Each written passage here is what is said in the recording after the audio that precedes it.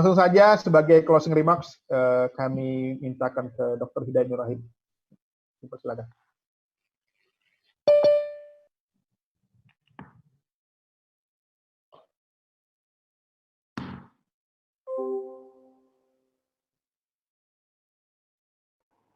Oke, baik.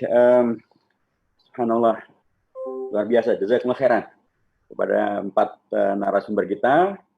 Kalau begini para pemuda dan generasi muda yang akan mengisi Indonesia ke depan, insya Allah kita bisa tenang nih, kita bisa nyaman nih, karena luar biasa para generasi muda kita sudah gelar akademiknya sangat luar biasa, kemudian pun juga pengalaman-pengalaman sangat luar biasa, wawasannya juga sangat luar biasa, sekaligus juga sangat paham tentang sejarah dan amat sangat mencintai NKRI kita dan Indonesia kita. Tadi bahasanya Ustaz Dr. Irfan Shogibek yang sudah disepakati secara final itu tidak perlu kita bicarakan lagi, sudah selesai. Sekarang masanya kita berfastabiqul khairat dan ta'awun, kata Dr. Ghani Anzar, untuk kemudian menghadirkan Islam yang rahmatan lil alamin di negeri Indonesia yang apakah dengan istilah NU Darul Assalam ataupun Darul Mithaq kata Kiai Haji Ma'ruf Amin, maupun juga Darul Al-Ahd wa Syahadah kata Muhammadiyah, dan itu semuanya adalah yang tadi sudah kita nikmati. Dan tokoh muda kita, Ketua Himpunan Dai Muda Indonesia, memberikan beragam perspektif yang juga sangat mendasar sekaligus juga bervisi ke depan yang sangat luar biasa, sangat baik. Jazakumullah khairan dan Assalamualaikum warahmatullahi wabarakatuh. Alhamdulillahilladzi 'allama bil qalami 'allamal insana ma lam ya'lam. Alhamdulillahilladzi arsala rasulahu sayyidana Muhammadin khairul anam mu'alliman wa mubasyiran wa nadhira wa da'iyan ila Allahi bi'idzni wa sirajan munira. Amma ba'd. Saya menjadi amat sangat dimudahkan sudah karena begitu banyak hal yang sudah tersampaikan, dan sangat tepat panitia memilih 4 tokoh kita ini sesuai juga dengan nama daripada Indonesia atau Institut Indonesia yang akan memfokuskan pada kajian-kajian tentang keumatan dan kebangsaan. Dan karenanya seperti yang tadi disampaikan oleh Dr. Andi Anzar, tepat memang pemilihan tanggal 18 Agustus ini memang pastilah mempunyai makna kesejarahan dan makna yang sangat mendasar untuk kemudian bagaimana kita dalam konteks keumatan, dalam konteks kebangsaan, kemudian mengisi dan merealisasikan cita-cita Indonesia merdeka. 4 tokoh yang tadi ditampilkan mewakili tentang bagaimana komitmen keumatan, kebangsaan sekaligus hadir dalam konteks yang sudah sangat mensejarah. Dr. Haji Khalid Nafis dari latar NU, dan kita tahu bagaimana NU adalah organisasi yang sangat besar yang sangat berjasa untuk menghadirkan Indonesia merdeka, NKRI, dengan menjaganya sampai pada tingkat dikeluarkannya resolusi jihad pada tanggal 22 Oktober tahun 45. Dr. Andi Anzar, Ghani Anzar adalah dari tokoh pemuda Muhammadiyah, dan tadi sudah disampaikan bagaimana Muhammadiyah memberikan peran yang sangat luar biasa, beriringan dengan ormas-ormas yang lain, sampai pada tingkat kemudian kalau di NU dibuatlah resolusi jihad, maka di Muhammadiyah pada Mei 46 dikeluarkanlah amanat jihad, gitu ya, Dr. Anzarnya. Amanat jihad yang menggelorakan semangat jihad dari kalangan Muhammadiyah untuk membela Indonesia yang merdeka ini.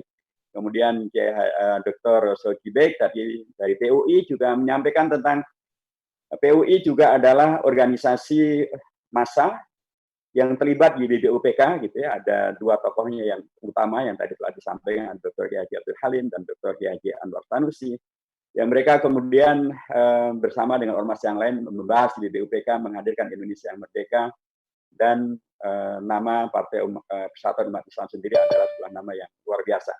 Dan kemudian Dr.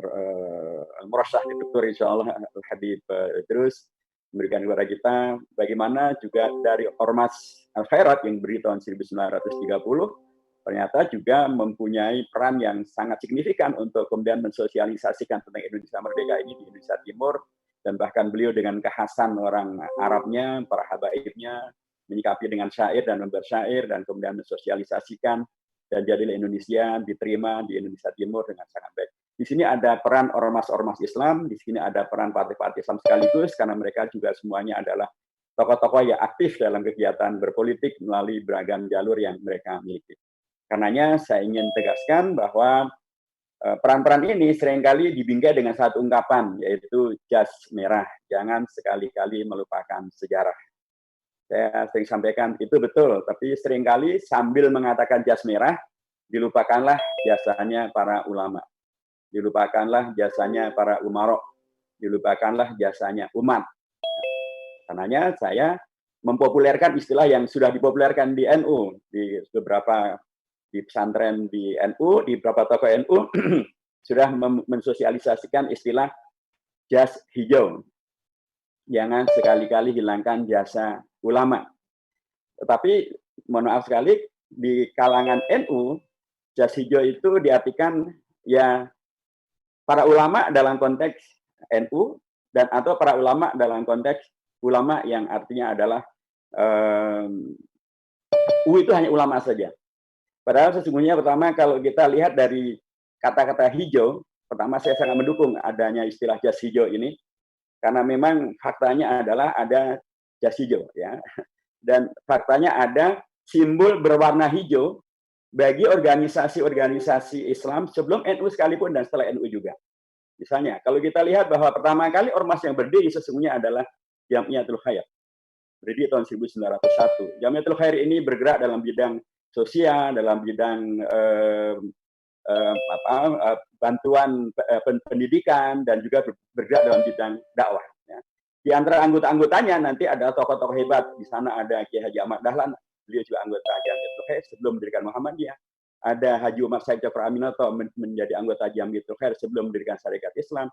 Termasuk juga Kiai Haji Wahab Rasulullah, juga anggota Jamiatul Khair sebelum nanti mendirikan NU bersama Kiai Haji Hasyim Asy'ari.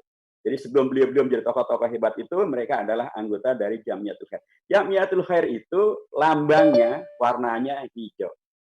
Jadi kalau kita kembali jas hijau, berarti sejak dari awal ketika kemudian ormas tokoh-tokoh umat ini berperan serta mempersiapkan Indonesia merdeka, itu ternyata juga sudah mempergunakan lambang hijau.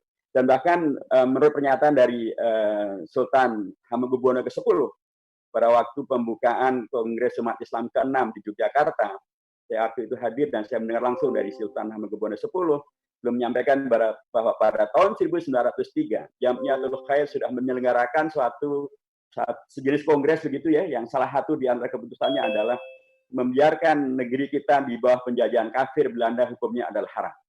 Artinya adalah bergerak untuk memerdekakannya, itu sudah dipikirkan oleh Jamiatul Khair sejak tahun 1903, dan Jamiatul Khair itu sekali lagi lambang warnanya adalah hijau, anggotanya ada Kiai Haji Ahmad Dahlan, ada Kiai Haji Wahab Rasulullah, ada Haji Umar Said Jafar Aminoto, nanti tokoh-tokoh yang akan melanjutkan perjuangan, dan seluruhnya juga nanti lambang daripada organisasi mereka warnanya adalah hijau.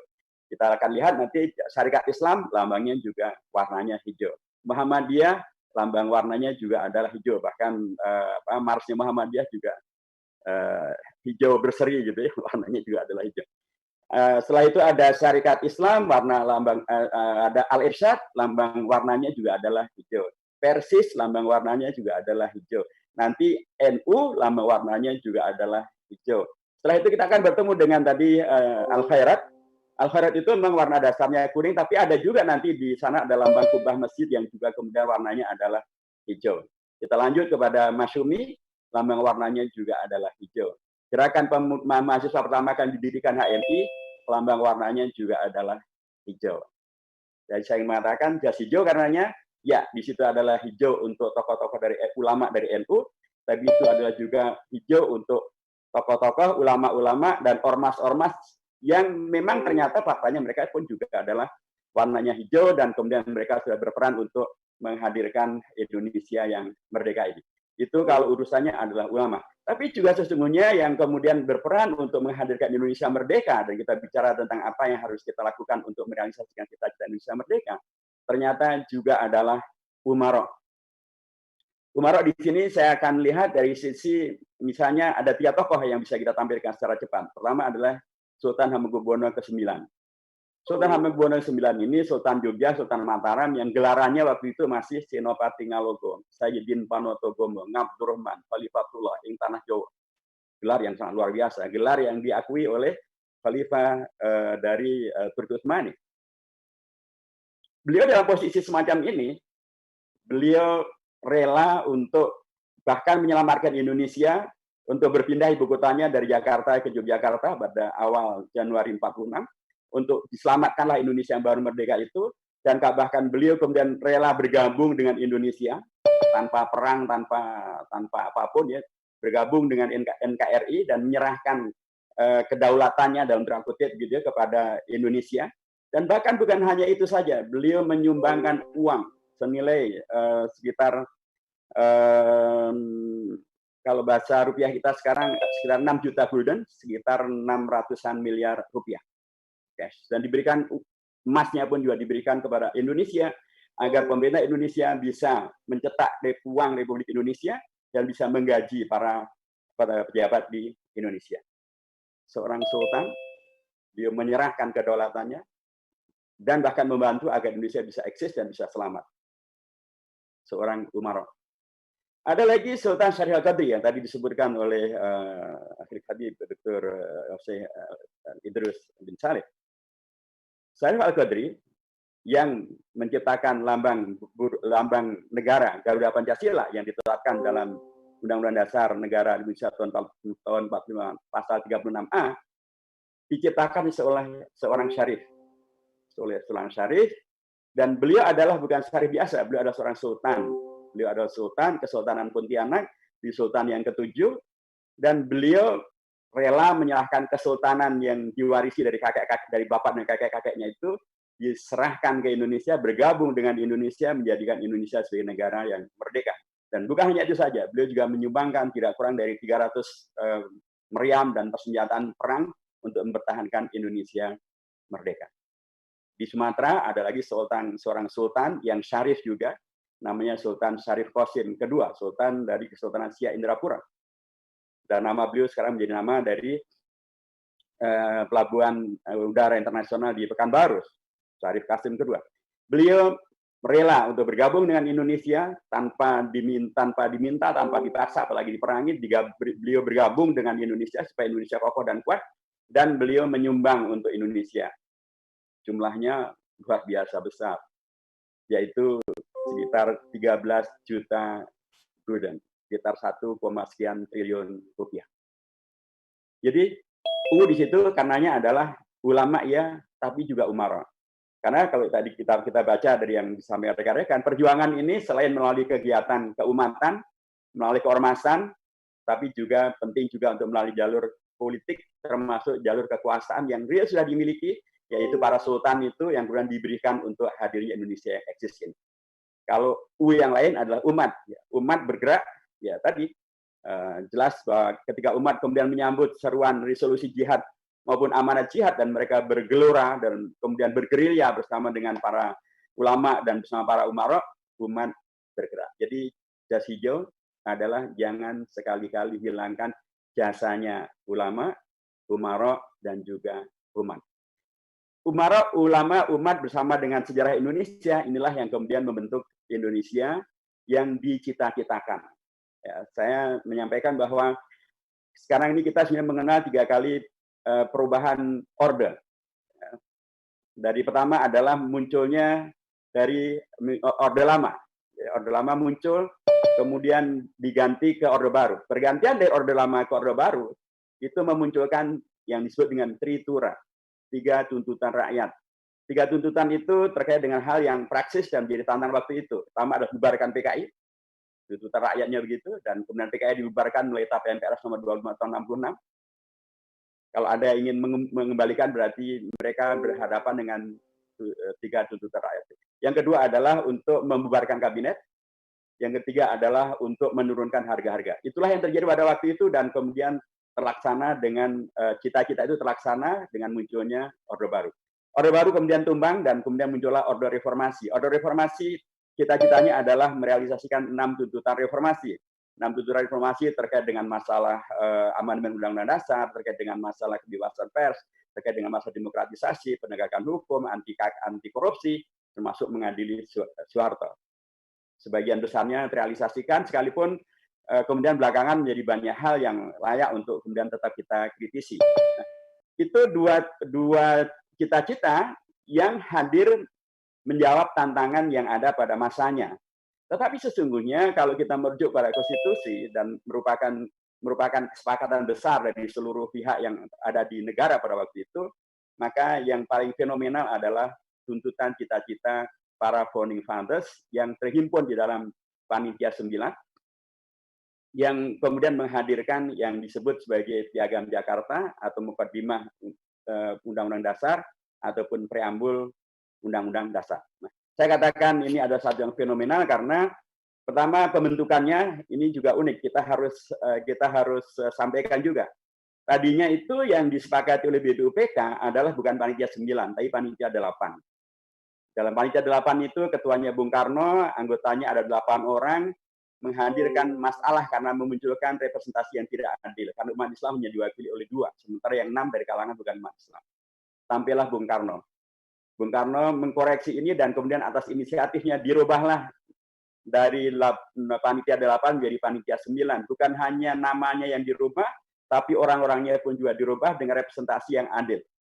Kalau yang dengan Panitia 9 itu hadirlah keadilan itu. Ya, jadi ada 4 dari tokoh dari kalangan nasionalis yang tidak terkait langsung dengan organisasi keagamaan. Di situ ada Bung Karno, ada Bung Hatta, ada Mr. Muhammad Yamin, ada Mr. Ahmad Subarjo, dan 1 dari kalangan nasionalis yang berafiliasi atau beragama Kristiani, itulah Mr. Maramis, dan 4 dari kalangan umat Islam, nasionalis Muslim atau nasionalis yang terkait dengan organisasi keislaman. 2 dari Ormas Islam, yaitu 1 dari Muhammadiyah, Kiai Haji Kahar Mudakir, 1 dari NU, Kiai Haji Wahid Hashim, 1 itu yang dari Ormas Islam, 2 dari Partai Islam, yaitu 1 dari Partai Syarikat Islam Haji Agus Salim dan 1 dari Partai Syarikat Islam Haji Abikus Nojo Prosyoso dan 1 dari Partai Penyadar yaitu Haji Agus Salim. Jadi 9 nama ini representatif betul. Jadi latar organisasinya terwakili semuanya, latar agama terwakili, latar belakang daerah terwakili, latar belakang pendidikan pun juga terwakili. Ada yang pendidikan dalam negeri, ada yang luar negeri, ada yang insinyur, ada yang dokter Andes, ada yang Mr. Indirekten, ada yang Kiai tamatan Al-Azhar, Kiai Haji Kahar Mudakir, ada Kiai tamatan dari pesantren di Indonesia, Kiai Haji Wahid Hashim, dan begitu seterusnya. Jadi terwakilah itu semuanya. 9 tokoh ini menghadirkan kesepakatan yang disebut sebagai gentleman agreement, itulah Piagam Jakarta, pembukaan Undang-Undang Dasar yang tadinya diharapkan itu akan menjadi dokumen yang akan dibacakan pada saat Indonesia akan dimerdekakan. Itulah cita-cita Indonesia merdeka. Nah, tadi Dr. Khalil Nafis sudah menyampaikan, saya ingin ulas agak lebih panjang sedikit. Di situ sesungguhnya terrangkumkan 5 kumpulan besar daripada cita-cita Indonesia merdeka. Yang pertama adalah menegaskan keberpihakan Indonesia untuk menolak segala bentuk kezaliman yang bernama penjajahan dan mendukung segala bentuk upaya menghadirkan keadilan yang bernama kemerdekaan. Itu di alinea pertama. Jadi cita-cita kita Indonesia ini bukan untuk menjadi negara yang remeh-temeh, bukan untuk menjadi negara yang hanya pelengkap penderita, yang kemudian membiarkan terus terjadinya kezaliman, termasuk kezaliman Israel yang masih terus berlaku sampai hari ini dan terus berkelanjutan. Dan karenanya saya sangat mendukung sikap Bu Menteri yang menegaskan, Bu Menteri Luar Negeri yang menegaskan bahwa sikap Indonesia adalah bersama dengan masyarakat internasional yang menolak sikap-sikap yang bertentangan dengan prinsip-prinsip yang disepakati di PBB, termasuk aneksasi yang dilakukan Israel sekarang ini. Dan dulu ada pernyataan Bung Karno yang sangat luar biasa. Saya sering dikritisi oleh beberapa tokoh, Pak Hidayat, bagaimana kan di beberapa negara Timur Tengah sudah buka hubungan dengan Israel, kenapa kita tidak bikin? Saya bilang kita ini bangsa Indonesia pernah punya pemimpin namanya Bung Karno. Bung Karno pernah mengatakan, selama Israel menjajah Palestina, maka selama itu juga Israel adalah penjajah. Dan selama Israel masih adalah penjajah, maka Indonesia tidak membuka hubungan dengan penjajah. Clear. Pimpinan kita ada Bung Karno dan bukan yang lain-lain. Jadi itu yang pertama. Yang kedua, cita-cita Indonesia merdeka itu adalah untuk menghadirkan kemerdekaan yang membawa kepada persatuan bangsa, kedaulatan bangsa, keadilan dan kemakmuran bagi semuanya. Itu di alinea kedua dari pembukaan Undang-Undang Dasar. Jadi kalau kemudian perjalanan bangsa ini menghadirkan bangsa yang dipecah belah, gitu ya, dengan istilah cebong kampret lah segala macam dan apapun gitu ya, itu tidak sesuai dengan apa yang dicita-cita kita. Cita-cita kita adalah untuk menghadirkan bersatunya bangsa dan negara, bersatunya warga bangsa. Berdaulat, jangan sampai kemudian karenanya malah Indonesia malah kehilangan kedaulatannya karena apapun alasannya. Adil dan makmur juga amat sangat jelas. Yang ketiga adalah bahwa cita-cita bangsa Indonesia merdeka itu adalah meyakini dan mengimplementasikan sebuah pemahaman bahwa kita itu merdeka, kemerdekaan kita itu adalah atas berkat rahmat Allah yang Maha Kuasa. Karenanya beragam perilaku yang Tuhan menghadirkan hilangnya berkah dan rahmat dari Allah Subhanahu wa taala itu jelas bukan cita-cita Indonesia merdeka. Negara yang Tuhan menghadirkan hal yang membawa kepada ketiadaan keberkahan, hilangnya rahmat, itu adalah bagian dari yang layak untuk terus dikoreksi, dikembalikan pada kiblat yang sebenarnya, agar berkah dan rahmat itu tetap bisa hadir. Di situ nilai agama yang tadi disampaikan semuanya 4 tokoh kita menjadi amat sangat dipentingkan, karena yang memahami adanya berkah dan rahmat itu pastilah adalah kelompok religius, kelompok beragama. Yang kemudian yang keempat adalah dibentuknya 2 hal, dibentuknya pemerintahan dan dibentuknya negara dan undang-undang dasar. Di alinea keempat di separuh pertama menyebutkan tentang cita-cita Indonesia merdeka itu menghadirkan pemerintahan.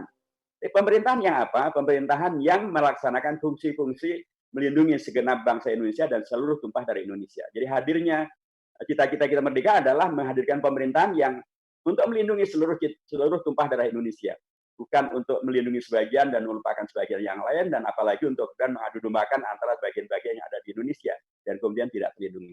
Yang kedua adalah untuk memajukan kesejahteraan umum. Karenanya saya termasuk yang kaget ketika Pak Menteri Pendidikan beliau kaget bahwa Indonesia ternyata masih banyak daerah yang belum terjangkau listrik dan tidak terjangkau oleh internet. Nah, kemana saja beliau selama ini? Saya mengatakan pemerintahan yang ada adalah harus untuk menghadirkan kemajuan bagi kesejahteraan umum bagi seluruh warga bangsa Indonesia. Yang ketiga adalah untuk mencerdaskan kehidupan bangsa. Tentu karenanya menjadi amat sangat menarik ketika kita berada di era COVID-19 dan kemudian banyak kendala yang terjadi. Ketika kemudian banyak pihak khawatir jangan sampai kemudian Indonesia ini sudah terkena musibah COVID-19, kemudian terkena juga musibah yang namanya keterbelakangan pendidikan akibat dari adanya satu keterpotongan ketika satu generasi tidak bisa melanjutkan pendidikannya dengan baik gara-gara ketidakmampuannya untuk bisa mengikuti pendidikan di era COVID-19. Yang keempat adalah kita hadir untuk tidak hanya menjadi penonton, tapi ikut melaksanakan ketertiban dunia, ikut melaksanakan ketertiban. Ada sikap aktif di sana. Dan kalau kita di pesantren ada ungkapan yang sangat populer, wa faqidu syai'i la yu'ti. Kalau Anda tidak punya, Anda tidak bisa memberi. Kalau kita diminta oleh konstitusi, oleh pembuat undang-undang dasar, cita-cita kita adalah ikut melaksanakan ketertiban dunia, berarti kita harus aktif. Nah, kita harus aktif itu tidak mungkin kita bisa aktif kalau pendidikan kita tidak bagus, kalau penguasaan teknologi kita tidak bagus, kalau ekonomi kita tidak bagus, kalau izah kita sebagai bangsa tidak dilihat, ya nggak mungkin. Kalau kita tidak punya izah, kalau kita tidak punya marwah, bagaimana negara-negara yang lain akan melihat kita dan mendengar kita dan melibatkan kita untuk bisa terlibat ikut menghadirkan ketertiban dunia. Itulah pemerintahan yang dicita-citakan oleh Undang-Undang Dasar, oleh pembukaan Undang-Undang Dasar.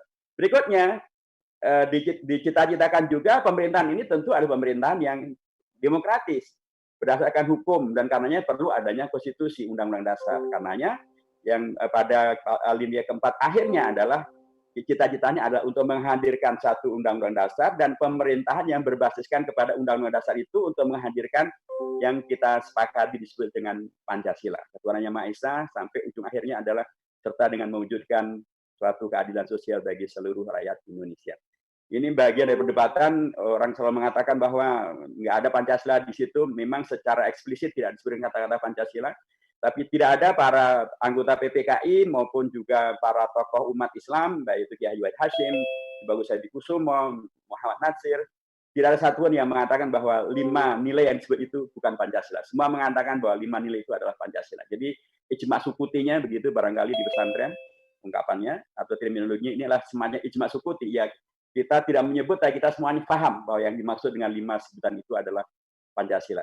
Jadi inilah cita-cita yang kemudian membingkai kehidupan kita sebagai bangsa, dan menurut saya ini adalah sebuah rangkuman yang sangat luar biasa. 9 tokoh kita ini telah memberikan kepada kita warisan yang saya sebutkan karenanya, bahwa kita para generasi bangsa yang ada sekarang ini maupun yang akan datang sesungguhnya mendapatkan satu warisan yang saya sebut sebagai warisan jihad, warisan ijtihad, warisan mujahadah, karena kita tahu nanti Haji Wahid Hasyim bagaimana beliau berpuasa dan dia mulai dan istikharah untuk kemudian bagaimana menerima tentang posisi umat Islam yang terjadi tentang Pancasila dan sebagainya.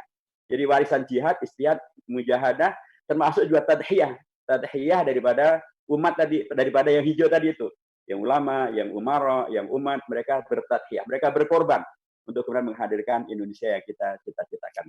Bila demikian halnya jamaah sekalian dirahmati Allah Subhanahu wa taala, maka menjadi jelas bahwa cita-cita kita menjadi jelas, sejarah tentang bagaimana relasi antara keumatan, kebangsaan, keumatan dalam konteks kesultanan, keulamaan, kepartean, keormasan, dan gerakan kebersamaannya itu menjadi amat sangat gamblang dan amat sangat jelas. Cita-cita kita bernegara juga sangat jelas, bukan sekedar jawaban yang sesaat gitu ya, Tritura, 6 tutur reformasi, tapi jawaban yang sangat mendasar dan sangat aktual, dan karenanya wajar bila MPR pada posisi di mana masih menjadi lembaga tertinggi negara, pada waktu itu dipimpin oleh Profesor Dr. Amin Rais pada tahun 1994, kemudian melaksanakan tuntutan reformasi, melakukan amandemen terhadap Undang-Undang Dasar.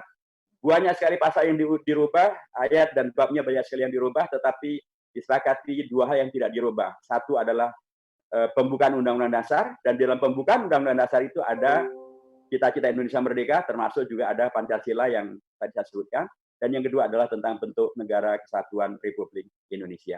Karena bagaimana kita kemudian bisa merealisasikan ini, Institut Indonesia sudah memulainya bersama dengan yang lain yang sudah terus memulai, yaitu kita bagaimana seluruh komponen bangsa ini dengan latar belakang yang beragam-ragam bisa terus-menerus bersilaturahim, kemudian menjadi silatul ilmi, menjadi silatul amali, merajut kepedulian kita, kesamaan kita sebagai umat, sebagai bangsa, bahwa kita semuanya adalah satu umat, satu ukhuwah, baik itu, dan dalam konteks kita pastilah ukhuwah Islamiyah dan ukhuwah imaniyah menjadi amat sangat mendasar. Sebab dengan cara itu maka kita tidak mudah dipecah belah, tidak mudah dibuat apatis, tidak mudah dibohongi, tidak mudah untuk kemudian kita kehilangan orientasi.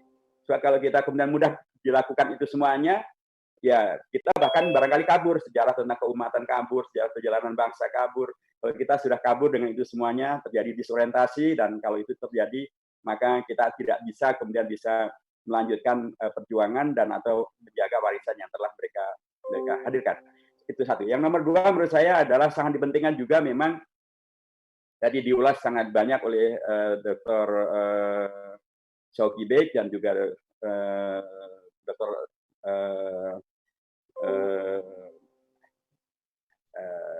Hadi Azhar gitu ya. Salah satu di antaranya adalah bahwa penting betul bagaimana peran keumatan dalam konteks keormasan, tapi kemudian dia menyambung dengan peran serta mereka dalam konteks kebangsaan yang praksis. Dalam konteks ini adalah melalui partai politik, melalui DPR, melalui negara, melalui eksekutif, termasuk juga melalui yudikatif. Ruang-ruang itu penting diisi oleh umat atau oleh generasi muda umat, oleh anak-anak muda umat yang paham betul tentang sejarah semacam ini, supaya mereka kemudian bisa terus menghadirkan Indonesia yang sesuai dengan cita-cita para founding fathers, para panitia 9 itu.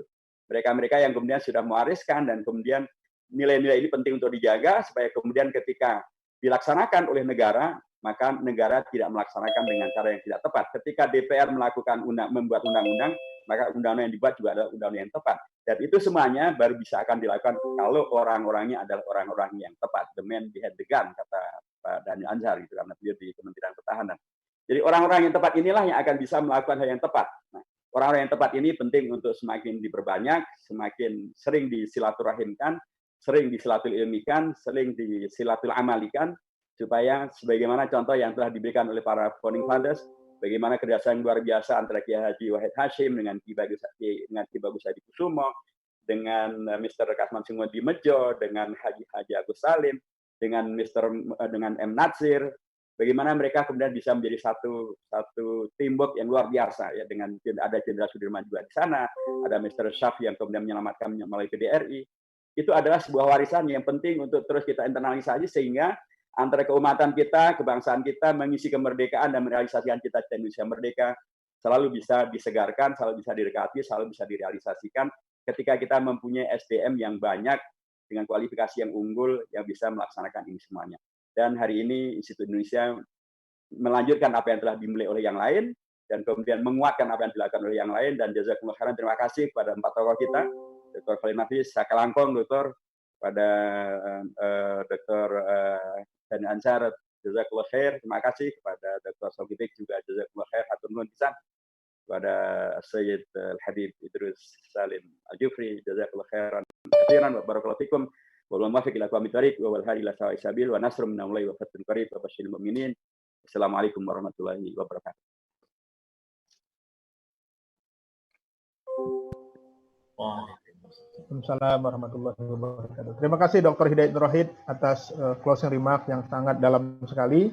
Ini menunjukkan bahwa memang informasi-informasi, wawasan tentang jas hijau ini perlu kita sebarluaskan kepada generasi muda kita. Karena waktu kita sudah terbatas, saya mungkin minta Pak Kiai Khalil menjawab langsung saja ya. Kalian statement penutupnya, Pak Dr. Daniel juga, Pak Irfan, Habib Idrus juga, Ustaz Hidayat. Kalau Ustaz Hidayat tadi ada banyak pertanyaan juga tentang bagaimana mempersatukan umat Islam di saat kondisi seperti ini yang terpecah belah. Tadi kalau untuk Kiai Khalil juga tentang bagaimana memaknai jihad dalam konteks COVID ini. Kemudian untuk Bang Irfan juga, untuk Bang Daniel juga tentang peran Muhammadiyah ke depan dalam tanah air ya, peran serta sosial masyarakat kemuhamadiyahan. Kemudian juga untuk Dr. Irfan tentang bagaimana menghadapi atau menyikapi negara yang suka berhutang. Ini cukup dalam juga. Kemudian tentang kepada Habib Idrus tentang bagaimana sebutan kardun ini. Siapa sih yang punya kerja ini sehingga mendiskreditkan kadal gurun ya, yang sering ramai dikampanyekan oleh segelintir orang. Mungkin Ustaz Hidayat dulu, Ustaz. Gimana Ustaz pertanyaan tentang bagaimana menyatukan umat Islam dalam kondisi situasi seperti ini, sekalian closing. Terima kasih. Ya baik, sambil juga mengingatkan tadi yang disampaikan oleh Dr. Khalil Nafis, ya, beliau mengingat tentang YIN gitu ya, Dokter ya. Jadi saya juga lanjutkan, sebenarnya memang ada ingkar Allah, ingkar Nabi, tapi alhamdulillah hadir juga generasi alumni dari Mekah, Dr. Satria Effendi, Dr. Muslim Nasution, Dr. Syed Agil Munawar, Dr. Quraish Shihab dari Al-Azhar, dan kami yang juga nanti masuk ke IAIN, merubah IAIN dari ingkar Allah, ingkar Nabi menjadi ito'ah Allah dan ittiba Nabi, jadi sama juga IAIN-nya. Dan baik, untuk yang tadi ditanyakan, sesungguhnya bagaimana caranya menyatukan, inilah salah satu caranya. Memperbanyak silaturahim secara langsung ya, antar pihak yang kemudian bisa menjadi kunci, menjadi tokoh, menjadi narahubung begitu, menjadi liaison officer. Ini dipentingkan karena seringkali seperti tadi malam pun juga kami dengan DPP PKS juga menyelenggarakan webinar yang menghadirkan tokoh-tokoh dari NU, dari Muhammadiyah, dari Majelis Ulama Ormat Islam, dari DDI, dari TA 212, bahkan dari Permabudi, dari Buddha, dari PGI, dari kalangan Protestan, dari kalangan Katolik, KWI, kami undang semuanya, dan ternyata mereka sepakat bahwa diperlukan semakin banyak sarana-sarana dan peristiwa-peristiwa yang memungkinkan kita bisa bertemu, saling bertemu. Karena ternyata banyak hal yang terjadi adalah karena salah informasi, kurang informasi, salah paham, sehingga memunculkan paham yang salah. Jadi menurut saya salah satu caranya adalah perbanyaklah silaturahim, ya, memperbanyak silaturahim, memperbanyak kesempatan bersilaturahim, memperbanyak sarana bersilaturahim, dan itu bisa akan terjadi ketika sekali lagi memang kalau akidah kita juga bersih ya, kalau hati kita bersih, kalau akhlak kita baik, kita pasti akan kemudian tidak melihat yang lain sebagai musuh atau sebagai hal yang kita suudoni, harus kita curigai, dan kemudian karenanya kita nggak bisa ketemu. Tapi kalau kita melihat bahwa beliau adalah Muslim akhul Muslim, kalau kita melihat yang lain itu adalah saudara kita juga, maka kita akan mudah untuk bersilaturahim, termasuk bertabayun, meminta klarifikasi, meminta informasi sebenarnya, kalau apa ini benar atau itu salah. Keberanian untuk bertabayun dan keberanian untuk memberikan informasi yang benar dan kemudian mengikuti kebenaran atas informasi yang benar itu, saya kira salah satu yang dipentingkan karena cara efektif untuk memecah belah umat adalah dengan mengadu domba, mengadu jangkrik, pada kita bukan domba dan bukan jangkrik, dengan menyebarkan informasi yang disinformasi, dengan menyebarkan informasi yang hoax, dan sekarang sangat mudah orang bikin hoax, menisbatkan kepada seorang tokoh padahal ternyata tidak, gitu ya. Saya mengatakan sekali lagi penting betul untuk bahasanya Agim, menjaga hati kita agar tetap selalu dalam posisi yang bersih, yang bisa menerima kebaikan dan kebenaran. Melalui umat penting betul untuk diajak untuk semakin banyak berzikir, semakin banyak sholat, amal yang sunnah, berbanyak tadabbur Al-Quran, tilawah Al-Quran sendiri, dan tadi kemudian memperbanyak silaturahim. Kita punya pikiran banyak wawasan dan informasi, ketika kemudian kita melihat ada satu yang sepertinya tidak tepat, kita silaturahim, kita tabayunkan. Nah, kalau kita mempunyai semangat semacam ini, maka banyak hal secara individu maupun secara organisasional bisa kita atasi. Nomor dua, penting juga untuk menjadikan ada semacam sesuatu yang buat kita berfasad bil khairat. Kemudian orang mengatakan sebagai semacam common enemy. Dan yang itu haruslah bukan umat yang dijadikan common enemy. Sesama umat bukanlah musuh. Hanya beda ormas, beda latar belakang pendidikan, latar belakang profesi, latar belakang keahlian, latar belakang politik. Tidak boleh menjadikan umat ini jadi seolah-olah semuanya adalah saling bermusuhan. Musuh kita adalah ya kemungkaran, musuh kita adalah kemaksiatan, musuh kita adalah kemusyrikan, musuh kita adalah PKI, komunisme, COVID-19, itulah musuh kita semuanya.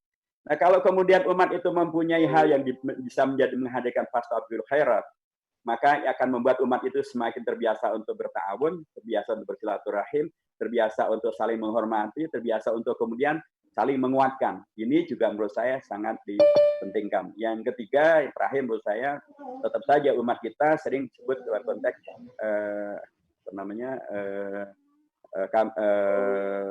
anasu ala dini mulukihim, yang bahasa lainnya adalah paternalisme. Paternalisme itu menghadirkan satu kondisi di mana umat itu mengikuti patronnya.